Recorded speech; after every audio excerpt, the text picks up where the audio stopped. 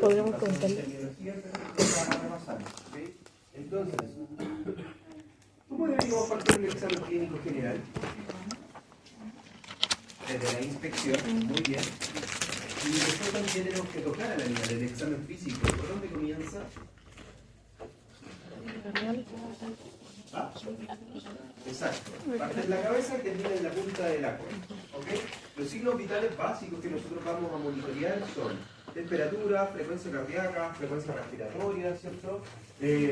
Movimientos ruminales. ¿Y cómo evalúan los movimientos ruminales? Presionando qué? ¿Qué fuerza para lumbar? Izquierda, muy bien, exacto. Y si yo tengo que evaluar la frecuencia secal, ¿cuál es la frecuencia secal?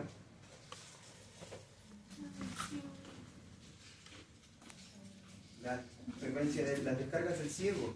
¿Quién tiene ciego? Caballo, ¿cierto?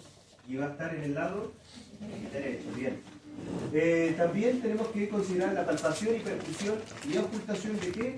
De tórax, abdomen, rumen, etc. ¿Ok? Evaluamos también la condición corporal. ¿Cómo evalúan condición corporal? ¿O qué indica la condición corporal?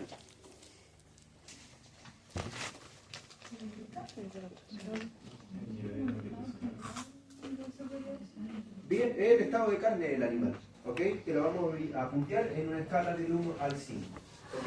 Creo que más adelante les dejo una lámina. Y además nos va a permitir evaluar el estado de hidratación. ¿Cómo van a evaluar el estado de hidratación de un animal?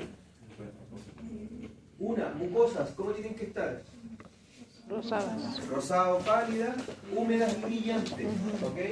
¿Los ojos me pueden indicar un estado de hidratación? Sí, ¿por qué? Porque un animal deshidratado va a estar con ojos hundidos. ¿Y por qué pasa eso? Porque detrás del globo ocular, el tejido adiposo que se encuentra, se deshidrata, baja el volumen, ¿cierto? Y por lo tanto el globo ocular se tiende a hundir, ¿ya? ¿Y cómo más podríamos evaluar el estado de hidratación? Pliegue cutáneo, exacto. ¿Y en qué parte lo vas a hacer en un rumiante, en una vaca que tiene la piel? En distintos puntos, ¿ok? En tabla del cuello, pero si yo solamente lo mido en la paleta del animal, quizás voy a tener un falso diagnóstico, ¿cierto? Porque la piel es tan tensa que quizás incluso deshidratada va a bajar, ¿ok? Desde el punto de vista de mucosas, ¿qué vamos a observar? Coloraciones, signos de anemia o ictericia, como el signo de Famacha, por ejemplo, que hablábamos hace un momento. ¿Ok? ¿Qué me podría estar indicando ictericia? Problema hepático. Problema hepático. ¿Y en los rumiantes, qué problemas hepáticos pudiésemos encontrar? Bien. Movimiento de cuerpo cetónico en un síndrome de vaca caída, por ejemplo, o en una cetosis. Bien. ¿Y qué más? ¿En qué otro caso podríamos encontrar? ¿Hay problemas hepáticos en un rumiante? ¿Como cuál? Muy bien. Ya. Palki, cicuta, choga, galeno. Ya, pero. ¿Y parásitos? ¿Se le olvidaron los parásitos, muchachos? Antes que el animal coma palki, lo más probable es que se coma una fasciola hepática, ¿ok? ¿Dónde vamos a encontrar fasciolas hepáticas? Sí, estamos hablando del hígado, pero en el campo, en aguas de poca corriente, como por ejemplo las acequias, y se asocia mucho al consumo de berro, ¿ok? ¿Cuál es el estado infectante de la fasciola? Porque no todos los estadios son infectantes. ¿Quién transmite el caracol? ¿Y cómo se lo caracol? Linnea diatrix. Y el estado infectante va a ser la metacercalia. ¿Ya? Bien. Luego tenemos las prácticas como por ejemplo observación de signos clínicos y análisis de resultados, como por ejemplo alguna toma de muestra que nosotros hayamos realizado. Ya, entonces, chiquillos, este es un plan de exploración clínica. No se olviden, muchachos, que el plan de exploración tiene que ser súper metódico, su plan de exploración clínica. creo que siempre les comento a los estudiantes esto, sobre todo cuando uno recién titulado está partiendo con este cuento del ser veterinario, que el viejo te va a llamar porque al animal le duele ahí, ¿cachai? Le duele la punta de la cola. Y el viejo quiere que tú vayas y le toques la cola, ¿cachai? Entonces te insta así como, oiga doctora, no, es que le duele aquí, el viejo agarra la cola, te la muestra y todo el cuento. ¿Qué pasa con eso? Que si tú te dejas llevar por eso, por lo que el cliente te está diciendo, vas a falsear. Porque puede ser que el motivo de consulta te duele la cola, pero quizás se te va a pasar de largo la ictericia que la vaca tenía. Y era más grave el problema hepático que no era el motivo de consulta, ¿se fijan? Entonces, es importante, chiquillos, de que siempre partan con su plan de exploración clínica y que no se olviden, ¿ok? De hecho, a veces como que les es un poco extraño los viejos de que, no sé, tiene una herida y tú estás ocultando el corazón y es como, es parte de tu exploración clínica, ¿ok? Porque pueden encontrar hallazgos y esto aplica este plan no tan solo para medicina de animales mayores y no tan solo para rumiantes, que es el área que yo estoy haciendo, sino que es transversal, ¿ok? Entonces, primero partimos con la reseña o los datos preliminares como el motivo de consulta, luego la anamnesis remota y actual. ¿Cuál es la diferencia?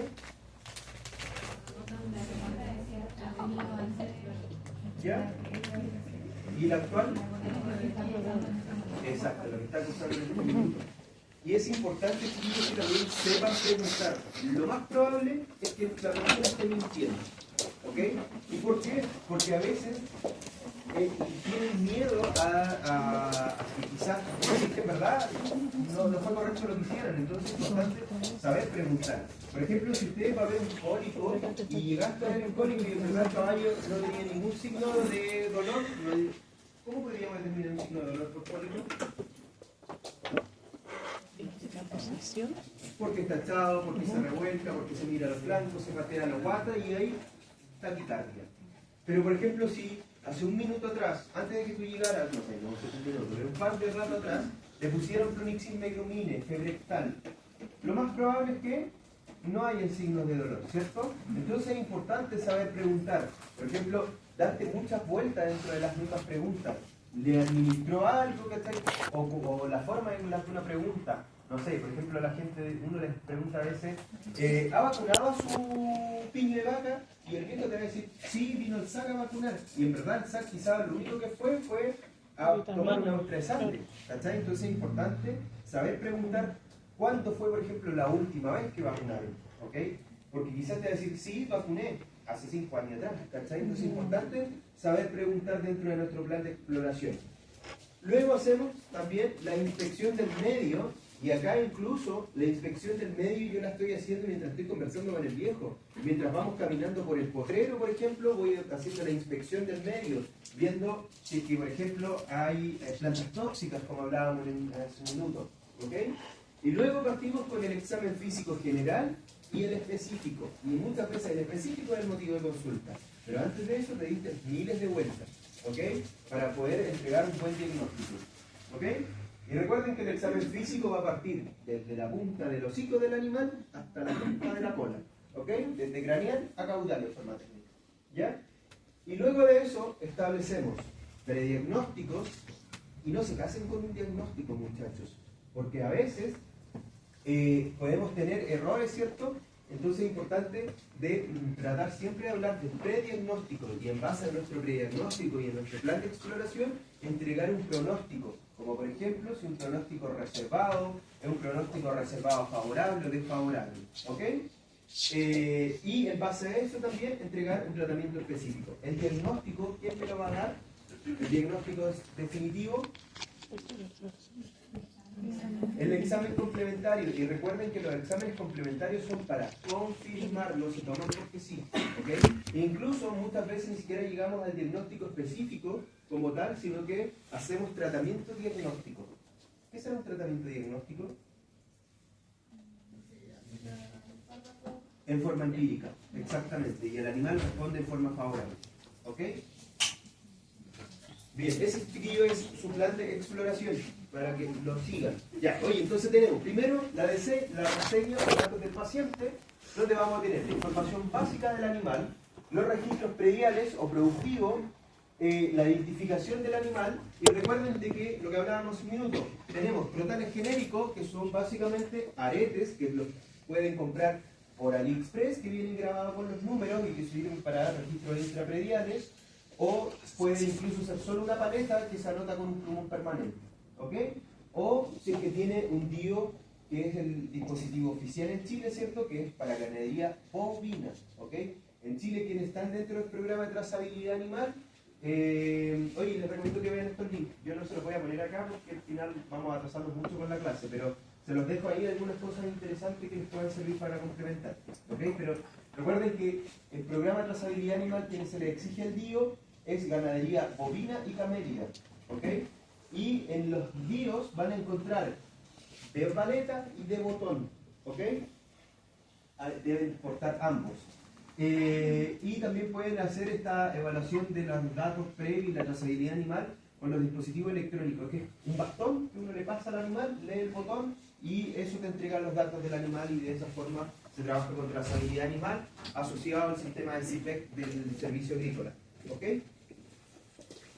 Acá, muchachos, tenemos los registros de establecimientos pecuarios. Bueno, básicamente lo que es trazabilidad animal, ¿ya? Esto lo van a encontrar en la página del SAC. Creo que les dejé el link anterior, me parece que es un video explicativo del programa de trazabilidad animal, ¿ya? La hoja de existencia animal es importante, muchachos, que dentro de nuestra anamnesis también preguntemos sobre los registros productivos. Porque a veces esa pregunta es la que hace que el dueño se dé cuenta y decimos, chuta, en verdad no registro nada, ¿cachai? Entonces es importante, si es que no están, empezar a establecerlo, ¿ok? Acá tienen ejemplos de distintas formas de poder registrar ganado, como por ejemplo dice acá, mira, ¿cuántos animales? Esta es la hoja de existencia animal, entonces te pone la fecha, ¿cuántos animales va a tener? Menores de 4 meses, de 4 meses a un año, después de 2 años y 4 años. ¿Ya? No, nada que ver. Este es 1 año, 2 años, 3 años, 4 años. Ahí sí. ¿Ya? Ya. Dentro de lo que es la identificación animal, hablamos de que en Chile nosotros tenemos el DIO, ¿cierto? Que es parte del programa de trazabilidad animal. No obstante, dentro de lo que es la agricultura familiar campesina, todavía se están generando por un tema cultural el marcaje de animal y la señalada, ¿ok? De hecho, nosotros en producción podemos hablar de una tasa de señalada. ¿Qué será la tasa señalada? Por ejemplo, ya hablamos de porcentaje de mortalidad, natalidad, prolificidad, pero también podemos hablar sobre la tasa de señalada. ¿Cuál será la tasa señalada? La cantidad de animales que llegan al periodo señalado, la cantidad de animales que ya se destetaron, por ejemplo, y pasan a la crianza, ¿ok? Esto es por un tema cultural que se sigue haciendo, ¿ok? Que básicamente lo que se hacía es que cada familia, por ejemplo, hacía orejas de animales, entonces se les hacía un corte distinto a cada ejemplar. Por ejemplo, la familia de esta zona hacía esta marca, la familia de allá esta otra y así. Entonces cuando el ganado se junta en el campo, cada uno puede reconocer a sus animales por su señal, ¿ok? Pero no es algo oficial, sino que se sigue haciendo por un tema cultural, y el marcaje de animales tampoco ya se está, no se recomienda, y se sigue haciendo solamente por un tema cultural, porque sabemos que lo que se debe manejar es a través del DIO, y en los caballos, antiguamente los caballos corraleros incluso se marcaban con marcas de fuego, ahora es con chip, ¿ok? Con microchip de identificación, ya por un tema de bienestar. Es que para hablar de maltrato habría que hacer más estudios del animal.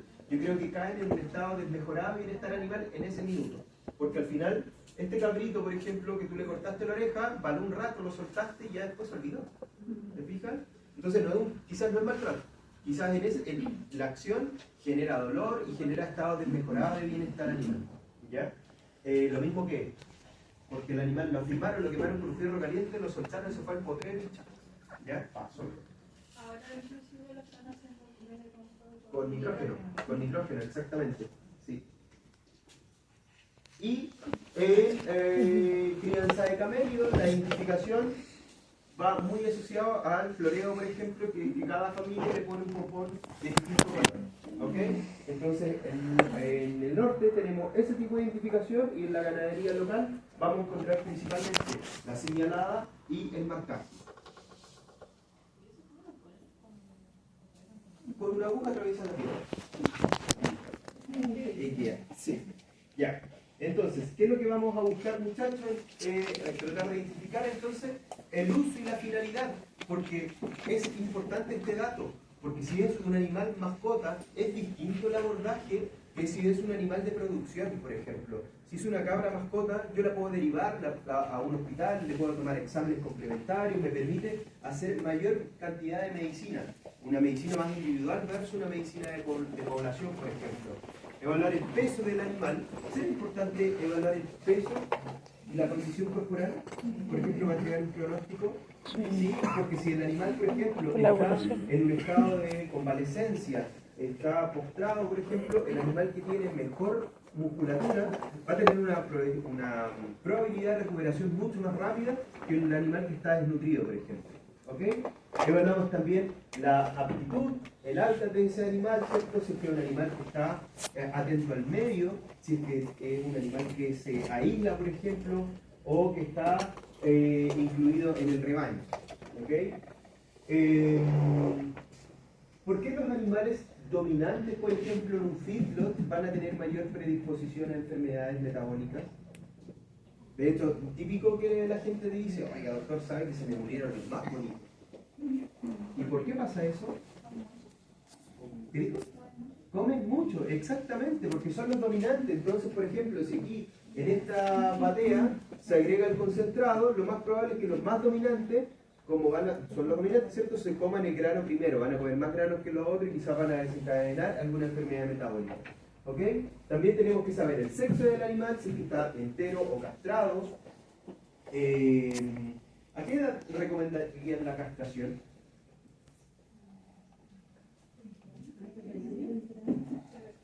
Lo que deberíamos hacer es apegarnos a la ley. ¿Ok? Recuerden, siempre pegarse a la ley, sobre todo en ganadería, respaldarse por lo que está comandado por ley 2380, y lo que indica la ley es que, o lo que nos recomienda, porque no nos obliga, que es uno de los detalles que tiene, que no te obliga, sino que te recomienda a que sea a la edad más temprana posible, que trates de refinar la técnica, que emplees, por ejemplo, analgesia y anestesia, que sea la edad más temprana posible, y ojalá dentro, por ejemplo, de los primeros 6 meses de vida del animal, ¿ok? Por un tema de desarrollo anatómico. Ya. ¿Por qué es importante, chiquillos, conocer también dentro de nuestro plan de exploración la raza y el sistema productivo y la zona, básicamente por la predisposición a las enfermedades que va a tener estos animales? ¿Ok? Por ejemplo, la raza, si yo estoy trabajando aquí con raza, ¿qué raza tenemos acá? Cabras, un rebaño de cabras. ¿Qué razas podrán encontrar? Criollas y algunas mejoras genéticas con anglonuya, albina, etc.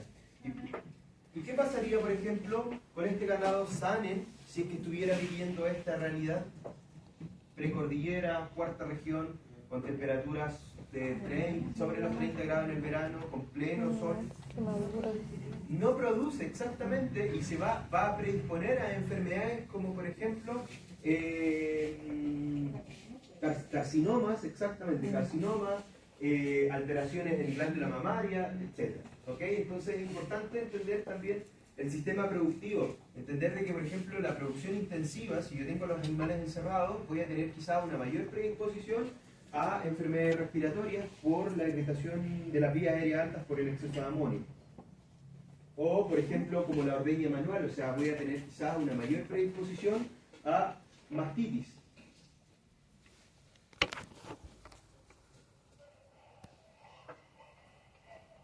¿Por qué es tan importante entender el comportamiento de esos animales?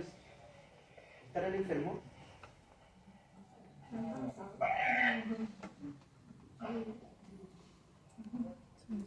Están irritados, están totalmente irritados, pero es importante entender el comportamiento normal, hacer una inspección del ambiente antes de evaluar, por ejemplo, el exceso de polvo, de calor que hay en la zona, ¿ok?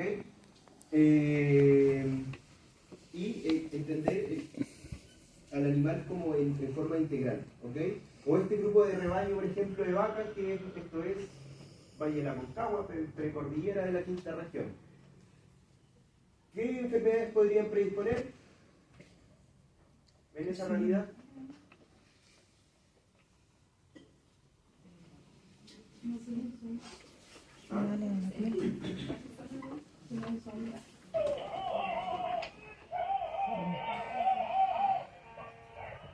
Los viejos funareando.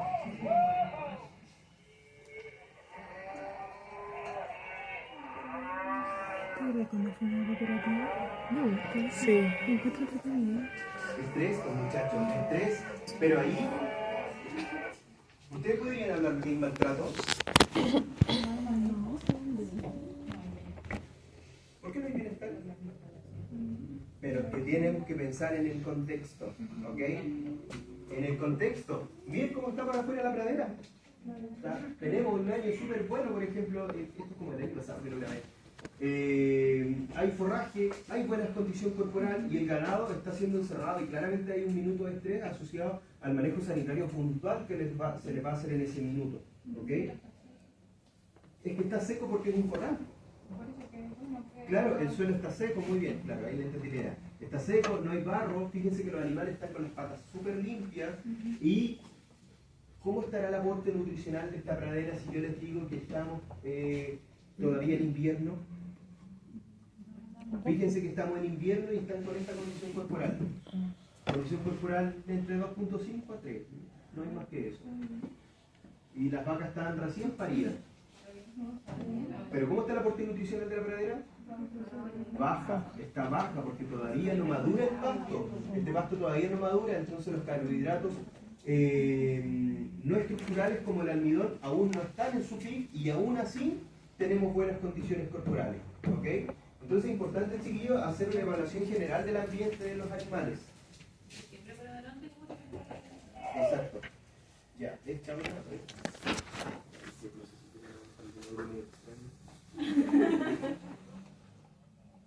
Ya, pero por ejemplo aquí también la idea es que puedan evaluar, lo que quiero mostrarles, chiquillos, es que puedan evaluar el ganado en forma integral, ¿cierto? Que evalúen el ambiente, que evalúen, por ejemplo, las condiciones, la condición corporal, el comportamiento de los animales, la conducta, miren, por ejemplo, ahí hay una, fíjense en las colas y díganme si es que ven diarreas o no.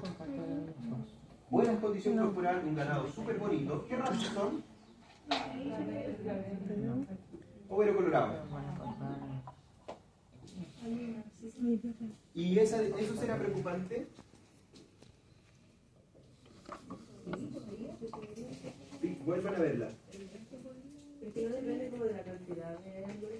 Ahí es cuando cuando aplica el concepto que es la clínica la que manda. Ese bicho puede que tenga una diarrea y puede que necesite, pero si ustedes se fijan, quizás no es un animal que está decaído, que no estaba deshidratado, estaba solamente con diarrea y puede ser asociado a que comienza a verdear el campo. Si nosotros pasamos al ganado de un forraje seco a un forraje verde, aumenta la cantidad de agua y se pueden generar diarreas. ¿Ok?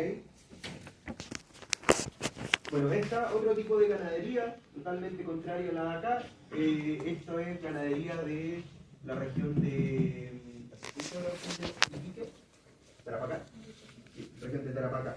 ¿Ok? Entonces, básicamente lo que quiero mostrar es que tienen que hacer una inspección del ambiente en forma general y tratar de ir visualizando los animales e ir integrando en forma macro.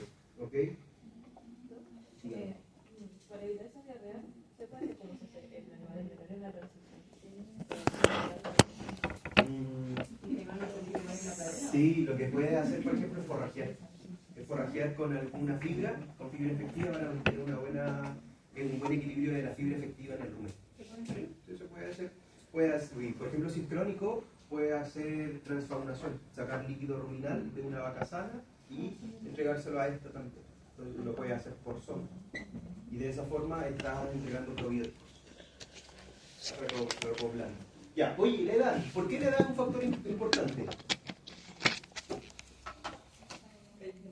Porque van a tener distintas predisposiciones de enfermedades, ¿cierto? Los animales nuevos, la cría va a tener una mayor predisposición a problemas respiratorios, a diarreas, por ejemplo, versus un animal añoso que va a tener principalmente enfermedades crónicas o enfermedades metabólicas asociadas como artritis, artrosis, etc. ¿Ok? Acá, muchachos, les queda la forma de cómo identificar la edad de pequeños rumiantes de este cuadro. Fíjense de que son los incisivos inferiores, al año de edad el rumiante va a cambiar los dos incisivos inferiores, las dos paletas centrales, y cada año va a sumar un diente a cada lado. Es decir, al año va a ser un animal de 2 dientes, a los 2 años un animal de 4 dientes, a los 3 años tiene 6 dientes, y a los 4 años ya cambió toda su dentadura de los incisivos inferiores, ¿cierto? Porque no tenemos incisivos superiores, solamente tienen rodaje dentario, y se habla que es un animal de 8 dientes o de hocico o de boca llena. ¿Ok? Sobre esta edad, sobre los 5 años, ya se comienzan a generar diastemas, se adelgazan los dientes, se comienzan a soltar y también se consideran criterios de eliminación. ¿Ok? En los bovinos es exactamente lo mismo, solo que van atrasados en 2 años. Por ejemplo, este cambio ellos lo hacen a los 2 años. En cambio, los pequeños rumiantes lo hacen al año. ¿Ok? Pero es el mismo cambio de dentario. La condición corporal, muchachos. La condición corporal también ya la hablábamos hace un minuto, que es el estado de carne de un animal, y desde el punto de vista de medicina me va a permitir que un animal con buena condición corporal va a tener una capacidad de recuperación mucho mejor. Por ejemplo, si cae en un cuadro de inanición porque quedó postrada, por ejemplo, quizás va a tener una mayor capacidad de recuperación desde el punto de vista metabólico, de aprovechar las reservas grasas, etc. ¿Ok? O incluso en el caso extremo, una cabra o una vaca, por ejemplo, con una extrema condición corporal alta, quizás va a tener un mayor nivel de probabilidad de cetosis porque va a tener más cantidad de grasas para metabolizar e intoxicarse. Esta es la tabla de condición corporal, donde la van a evaluar desde el 1 al 5 y 3 es lo normal. ¿La conocen, cierto? ¿Sí? Ya, yo les voy a enseñar un tips. Creo que a los de Caprino también se los enseñé, los que estuvieron conmigo. Si yo paso la mano por el lomo del animal, voy a sentir los procesos espinosos, ¿cierto? Y hacia el lado están los procesos transversos. Ya. Si yo paso la mano, y se los recomiendo que se lo aprendan, chiquillos, porque es un tip súper bueno, y lo otro es que uno tiene que aprender para uno, y también tengo que aprender para enseñarle fácil al ganadero, ¿cachai? Porque a ellos a quienes yo voy a capacitar o quienes van a estar con los animales. Entonces, si yo paso la mano por el lomo del animal, y siento que los huesos clavan, como siento aquí, como pasar la mano por mis nudillos, mis huesos están clavando mi mano, la condición corporal de este animal se encuentra aquí, entre 1 o 2. ¿Ok? En cambio, si paso la mano, pero los huesos no clavan, pero sí estoy sintiendo los huesos, y si hay tejido, si hay subcutáneo, ¿cierto? Pero no me está clavando, el animal está en condición corporal 3. ¿Ok? Las costillas no se deben ver, pero sí se deben sentir al tacto. Y lo otro es que si yo paso la mano y el lomo del animal literalmente es una mesa, está en condición corporal 5. ¿Ok? Entonces, de esa forma es súper simple para que el productor y ganadero también sepa valorar a sus animales en el estado de carne en el que se encuentran. ¿Ok? No se confundan con el biotipo. Recuerden que el biotipo lechero es un animal más huesudo, más anguloso que un biotipo de carne. O si es que el animal ha comido o no, porque quizás puede que estén en buena condición corporal, pero justo cuando ustedes las fueran a ver, el ganado todavía no comida y la fosa paralumbar claramente va a estar chupada, porque el rumen no está con contenido. ¿Ok? Acá más resumen de lo mismo, distintas tablas de condición corporal. Oye, espérenme, ¿ves? Me corrió eso. Hice el Nesis.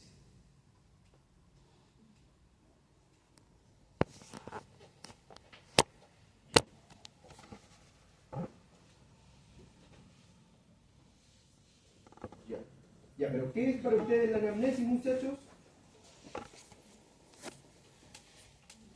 Ahí pasamos ahora a la anamnesis. Estábamos en la inspección del medio. Y recuerden que la anamnesis van a ser esta serie de preguntas que nosotros le vamos a hacer al dueño del animal. ¿Cuál es la importancia? Es que la anamnesis, muchachos, nos entrega una información tan importante que aporta el 70% de tu diagnóstico. A veces nos aceptamos el diagnóstico solo por anamnesis, ¿ok? Entonces dice que la Organización Mundial de la Salud Define la anamnesis como un procedimiento por el cual el médico recaba información del paciente mediante una conversación.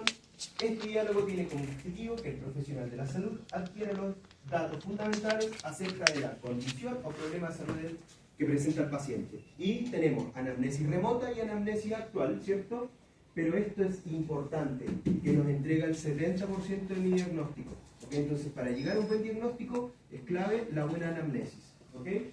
Y lo otro que ya hablamos, siempre es saber preguntar, dense muchas vueltas, si no les queda clara la idea. De hecho, yo a veces, porque también soy un poco disperso, estoy haciendo el examen físico del animal y me acuerdo de alguna pregunta y ahí sigo conversando con el dueño, porque lo importante es que nosotros quedemos claros y sigamos preguntando y demos vuelta a las preguntas para que tengamos la respuesta correcta. ¿Ok? Entonces, la anamnesis remota, acá tienen distintos ejemplos. Por ejemplo, si el animal vive solo o con otro, desde qué edad lo tienen y cuál es su procedencia, por ejemplo, el tipo de hábitat, si vive en pesebrera o en potrero o en corral, si es que es un sistema intensivo o extensivo, si es que hay acceso al agua, es limitada o es a libre demanda, qué tipo de alimento come, en qué cantidad, cuántas veces al día, si es que está entero o está castrado. ¿Cómo se llama en el campo el concepto de estar castrado? Capado, exactamente. Si es que está entero, está capado el animal. ¿Cuándo fue su último celo? O monta, si es que ha tenido partos anteriores. ¿Cuántos partos? ¿Cómo fue ese parto? Si la vaca parió y se parió de pío, parió echada, tuvieron que ayudarla, etc. ¿Ok? Manejos sanitarios. ¿Cuándo fue la última vez que hizo manejo sanitario y con qué? Yo ya les decía, la gente no sabe la diferencia entre vacunar e inyectar, por ejemplo. Para la gente todo es vacunar y quizás le pusieron una ivermectina al animal y nunca lo han vacunado en su vida. ¿Ok? ¿Entienden ustedes la diferencia entre vacunar e inyectar? ¿Sí? Bien. Conocer también enfermedades anteriores, tratamientos, factores hereditarios, etc. ¿Ok? En cambio, la anamnesis actual son los antecedentes del paciente, ¿cierto? Pero de lo que le está ocurriendo en este minuto. ¿Ok? Por ejemplo, ¿desde cuándo está con esta condición? ¿A qué lo atribuye usted? Esta pregunta es súper importante porque la gente dice, ay, ¿sabe qué? Vino mi familiar el otro día, qué sé yo. ¿Cachai? Como que se acuerda de cosas. La condición ha ido empeorando, o se ha ido manteniendo, o ha ido mejorando. ¿Cómo está de apetito y consumo de alimento en este minuto? Hay presencia de todo estornudo y secreciones nasales, diarrea, estado de ánimo, tratamientos previos. Y esto es importante. ¿Por qué? Porque en animales mayores, ¿quién es el último que llega? El médico veterinario. ¿Quién es el primero que hace el tratamiento? El dueño automedica. Lo más probable es que el dueño ya le metió una penicilina al caballo, a la vaca, porque le dio una secreción serosa. ¿Ok? Y si no funcionó, después ¿quién llega? El vecino que sabe. El vecino que sabe inyectar. El vecino que le pasó algo similar. Después ¿quién llega? Quizás algún técnico veterinario, por ejemplo, que vino y administró otro medicamento a diestra y siniestra. Y cuando ya no funciona nada, ahí llaman al médico veterinario. Entonces es importante, chiquillos, esto. Y creo que a veces ese es el desafío de medicina de animales mayores versus de clínica menor. De que acá nosotros vamos como casi, entre comillas, compitiendo con el productor. O sea, muchas veces son los mismos viejos quienes escapan a los animales, ¿ok? Y que los automedican. Por lo mismo es que cada vez está más restringido el uso de antibióticos. ¿Por qué? Porque veían una secreción serosa, metámosle una antibiótica, metámosle penicilina, y eso conlleva ¿a qué? A resistencia. ¿Ok? Y preguntas, recuerden, la anamnesis actual son preguntas en base al cuadro particular en relación al sistema comprometido. ¿Se les ocurre alguna otra pregunta? ¿No? Ya. ¿Cómo nos vamos a acercar a un animal? Porque todavía no nos hemos acercado en nuestro plan de exploración. Estábamos inspeccionando el predio, el campo, la anamnesis, pero también tenemos que saber acercarnos. ¿Conocen estos conceptos de la zona de fuga? ¿Qué es? No es por donde se arranca el animal. ¿Ya? Punto de edición, ¿qué más? ¿Ya? Muy bien. Ya, entonces, para hacer esto, nosotros también tenemos que saber la etología del animal, saber el comportamiento, cómo expresa su conducta. Por ejemplo, un caballo que está con las orejas hacia atrás, por ejemplo, es un caballo que va a estar irritado. ¿Ok? O una vaca, por ejemplo, que está con la cola levantada, quizás también es una vaca que está alerta.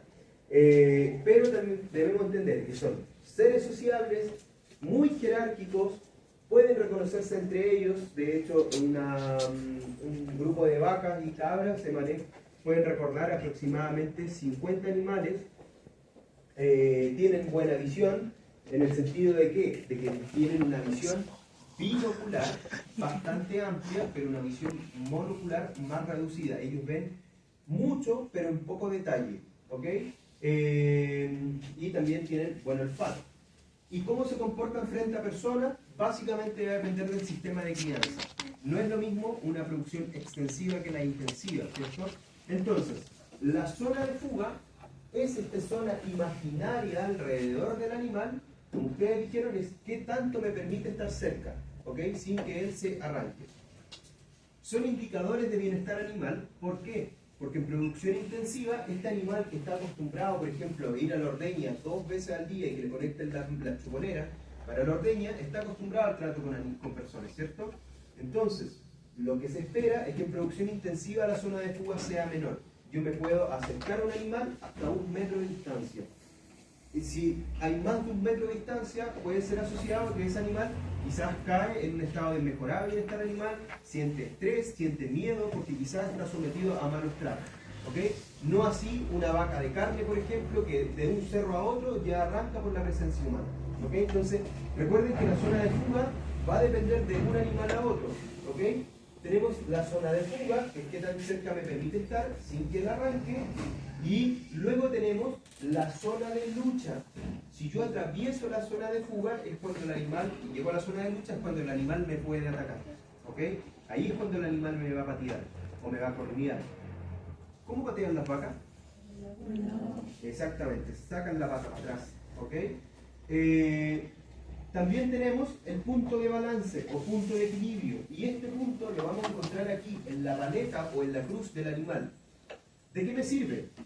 ¿De qué me sirve? Para mover al animal.